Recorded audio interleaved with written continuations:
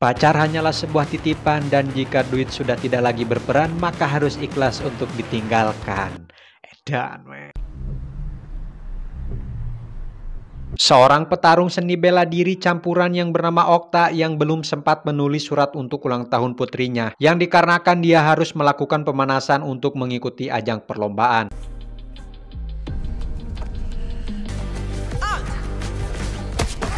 Karena terlalu berlebihan, Paul menegur Okta yang seharusnya pemanasan bukannya untuk menguras energi yang ditakutkan lelah saat bertanding. Di situ Okta mengeluhkan karena sudah menunggu 1 jam jadwal pertandingannya dan Cosina sendiri memiliki dengan masalah gajinya yang belum juga dibayar oleh Paul. Wow, Mann. Du sollst dich aufwärmen, nicht komplett.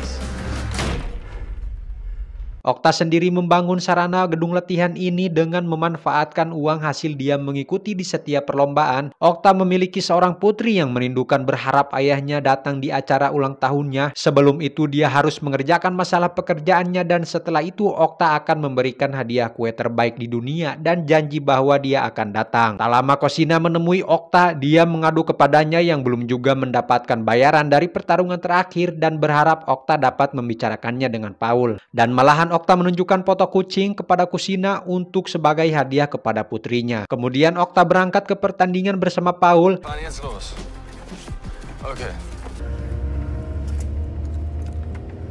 Di dalam mobil Paul mengolok-olok Okta dengan surat yang Okta tulis yang diawali Leoni terhormat. Menurut Paul itu agak sedikit formal, yang seharusnya dengan kata cinta atau sayang. Tiba di sana mereka dihampiri oleh kedua saudara yang sebut saja Mahru dan Jujun. Setelah perkenalan terlihat ada petarung yang sebut saja Big Boy. Dia memberikan isyarat seolah-olah sebuah ejekan kepada Okta.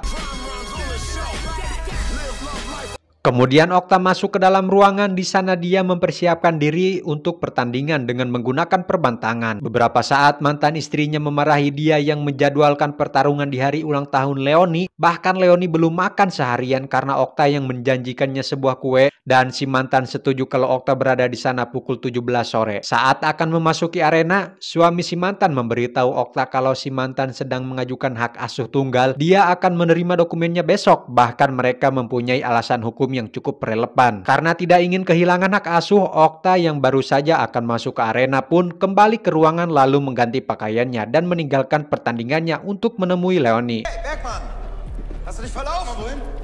60 menit waktu dia menuju tempat Leoni. Kaburnya dia dari pertarungan membuat musuh berbahayanya melakukan pengejaran untuk membawanya bertarung. Bahkan masuk ke dalam taksi pesanan orang untuk menghindari kejaran dari mereka. Melihat situasi jalan yang mengalami kemacetan dan ditambah lagi mereka terus mengejar, Okta memutuskan untuk lari saja. Sayang bagi Okta dia harus terkepung oleh Mahru dan bawahannya, di mana Mahru langsung menyuruh anak buahnya untuk menangkap Okta. Namun jangan sampai membuatnya cedera. Yang karena notabene seorang petarung MMA, mereka begitu sulit melawan Okta yang padahal mereka banyakan. Namun meski begitu mereka berhasil melumpuhkannya dan membawanya ke dalam mobil. Der muss noch kämpfen. Ternyata Okta tadi hanya berpura-pura dia menghajar mereka di dalam mobil. Ingin tahu dengan orang-orang yang dia hadapi barusan, Okta menghubungi Paul dan ternyata merekalah yang mengurusi taruhan dan Mahru sudah bertaruh untuk Okta agar dia menumbangkan lawannya di ronde ketiga. Lagi dan lagi mereka tidak ada hentinya untuk mengejar sehingga Okta lari secepatnya dan menaiki ke atas pagar untuk mengambil jalan pintas ke tempat sarana latihannya dan mengajak Cosina segera masuk ke dalam. Jujun dan para antek-anteknya pun menerobos masuk ke dalam, di mana di sini mereka terjadi perkelahian antara tim Okta dan Jujun CS.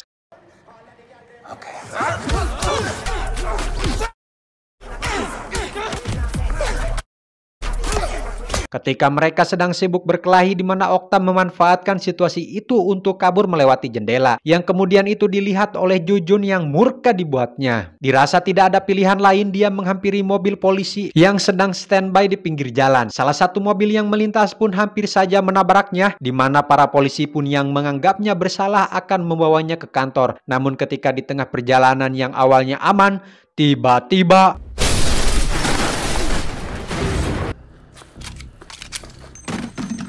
selanjutnya Paul menghubungi Okta yang sedang berada di sarana latihan. Apa yang terjadi terhadap rekan-rekannya sampai-sampai mereka mengalami cedera yang parah. Okta akhirnya sampai di toko kue yang mana setelah membayar kuenya dan akan pergi, muncullah Jujun yang masih belum menyerah untuk menangkap dia. Dan sungguh betapa teganya Jujun melemparkan kue yang Okta baru saja pesan untuk anak tercintanya. Dimana ketika diamu sudah ditoel dan kesabaran sudah tidak berlaku dalam undang-undang, maka habislah si Jujun ini dihajar habis-habisan.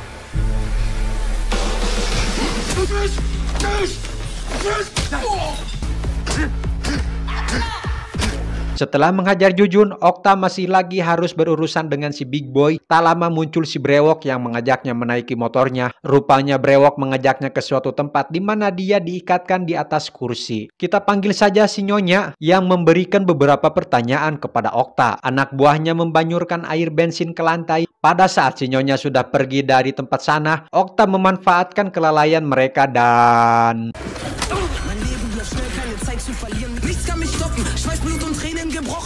Dia memutuskan masuk ke dalam kereta yang di sana diperlihatkan rekaman Okta tadi siang oleh salah satu penumpang. Dengan baik hati gadis tersebut membantu Okta untuk melepaskan kursi darinya. Dan masih ada penumpang lagi yang mau sukarela memberikan lem minerale karena mungkin kasihan melihat dia kecapean. Leoni pun menghubungi Okta dengan perasaan sedih karena kecewa dengannya yang tidak hadir dalam acara ulang tahunnya. Pada saat keluar dari kereta, Okta harus lagi dan lagi oleh Big Boy yang terus udag-udagan mengejarnya. Mereka masuk ke dalam tempat hiburan, mereka saling mengajar satu sama lain dan melakukan perlawanan. Setelah temannya dihabisi, kini Okta berhadapan dengan Big Boy 1 lawan 1.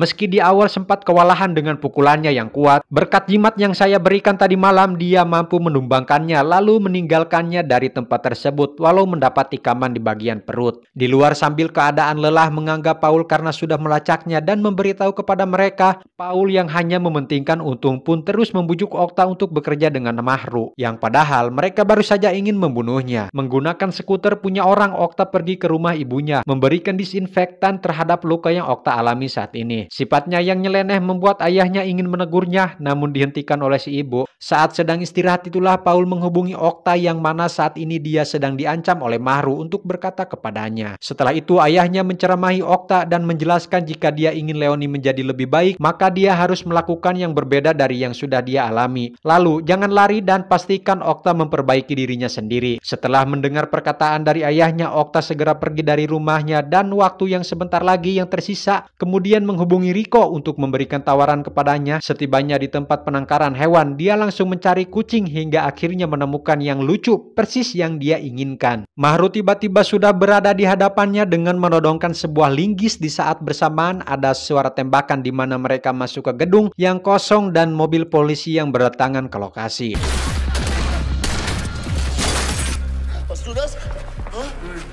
Di sana mereka berdua, Paul dan Okta, mencoba menenangkan Mahru yang panik, dan setelah menembak Paul muncul Kosina yang dari tadi sudah mengikuti Okta di mana mereka melakukan perlawanan kepadanya.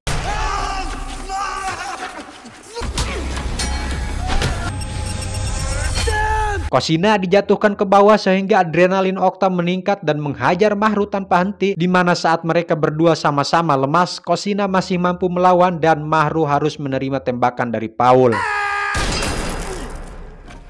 Walau sudah larut malam bahkan berjalan saja sudah ingked, Okta memutuskan untuk menemui Leoni dengan membawa kucing garong. Dia terbaring di halaman karena kelelahan. Leoni datang menghampirinya dan memeluknya dengan erat. Walau sempat kecewa terhadap Okta yang karena tidak hadir di acara ultahnya, meski begitu Leoni sangat menyayangi sosok ayah seperti Okta.